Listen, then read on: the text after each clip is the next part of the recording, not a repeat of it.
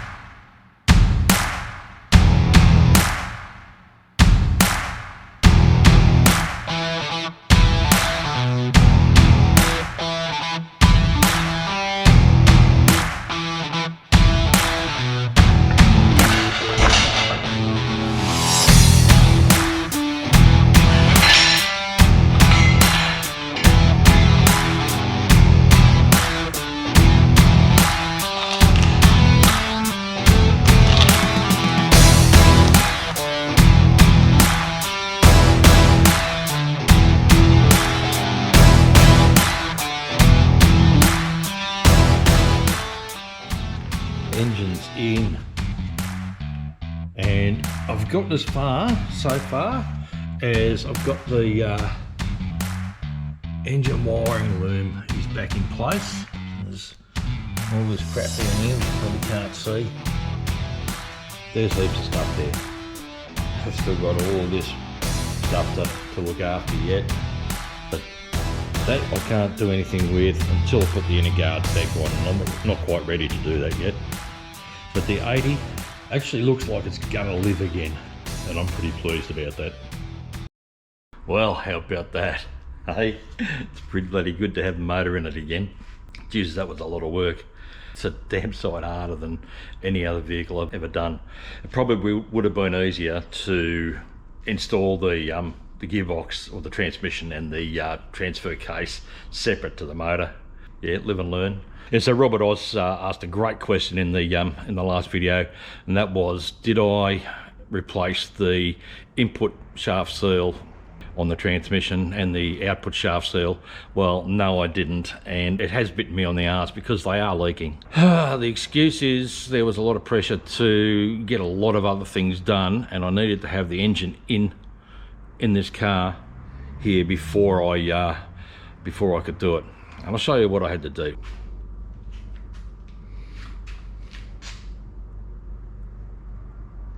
And so I did need to do a big tidy up, big clean up in here, because I was loosing the yard out through those doors. But the lease came up on that, and I had to pull everything out of the yard and get it in here. To get it in here, I had to actually sort the shed out. So we've got these couple of bikes, which is probably, now they're under my nose, I'll probably get on and maybe do something with these. The Fairlane's ready to go. I just haven't had time to get it over for a roadworthy yet, but that'll happen soon, because I want to drive this down to the border and take some time off. I'm going to go down to Victoria and see some friends and a bit of family, and clear out the rest of my tools and motorbikes. I've got more bikes in storage down in Albury. Where I'm going to put it all, I don't know just yet. I think once the old Fairlane's registered, probably live outside most of the time. Once this is on the road again, this 80 series, that'll be an outside car as well. And then I'll have mobs of room left inside the shed. So the big pile of 80 series parts that were over there, now tidied up, and there's not that much left. As if we look up there, there's all the guards and inner guards, outer guards, rad support, a few other bits and pieces up there, radiator, you know, coolers and all that sort of stuff. There's a few more parts here. And we'll come inside to the store. So it's that's the throttle body.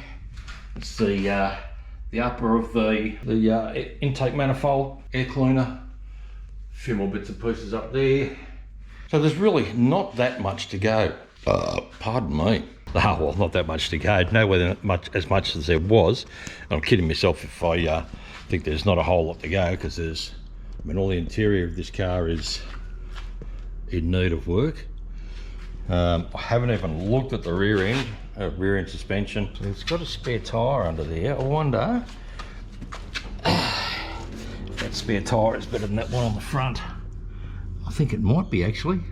I might get away with that, because the tyres, all bar this one front tyre, are still not worn to the markers. But this front tyre here, I mean, that one's absolutely buggered. I wouldn't use these long term, but where are we? Where's our wear mark? So we've got a little bit before the wear marks, so that's pretty much the rest of the tyres. So I might get away with that. Maybe just find a used tyre to whack onto that rim as the spare tyre. Got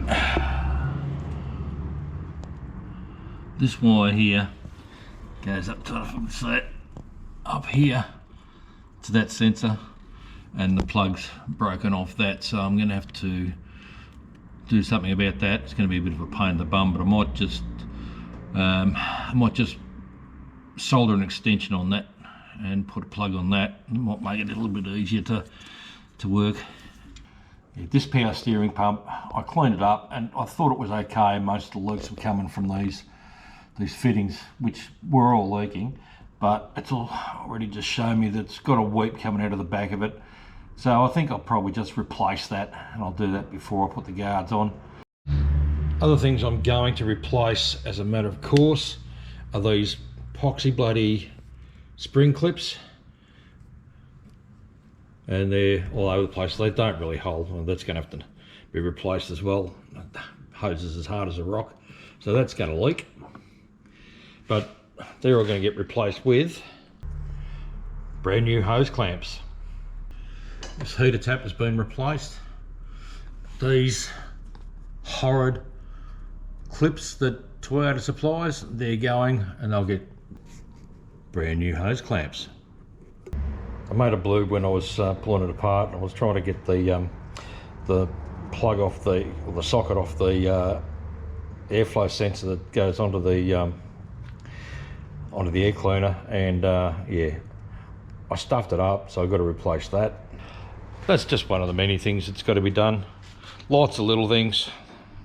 I've just put this original idler back on, but it's not real good.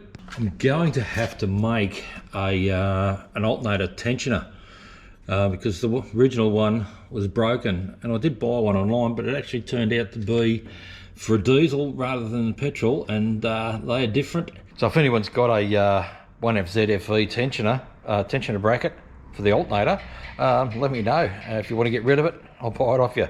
Some other parts I need to acquire are still this hose for the power steering low pressure return. That's as hard as a rock, it looks like a sieve. Yeah, so in a nutshell, there's still a heap of work to do on this thing, but we've made a fair bit of progress over the last week and a half, 2 weeks, or whatever it's been since the last video. I'm hoping that the next video, maybe the one after, we'll actually fire this thing up. All right, thanks for watching. Hope you enjoyed that. Catch you next time. Bye.